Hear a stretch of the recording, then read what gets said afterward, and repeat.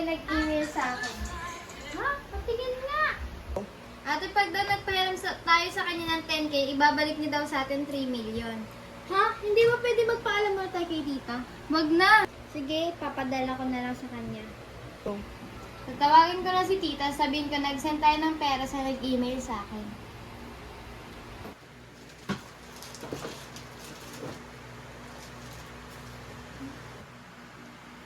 Hello? Hello po, tita. May nag-email po sa amin, nanghihiram ng 10K. 10K?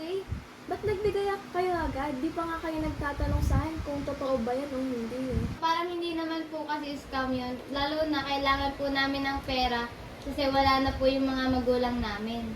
Bawala kayo sa buhay niyo. So basta sinabihan ko na kayo dyan na huwag kayong magtitiwala kung kanya-kanya. Ayun, narating na yung pera. Sabihin ko kay ate.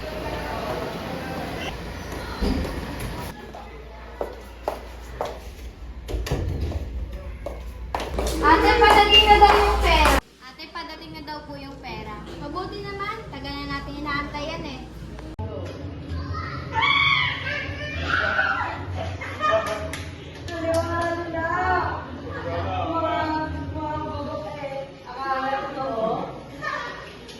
Buti na lang talaga nag-isipan mo yun. Kung hindi, wala tayong makain ngayon. Hoy, Diglan, buti naman may na-scam ka na. Simula nung may nag-post sa FB, hindi na sila naniniwala sa mga scam natin.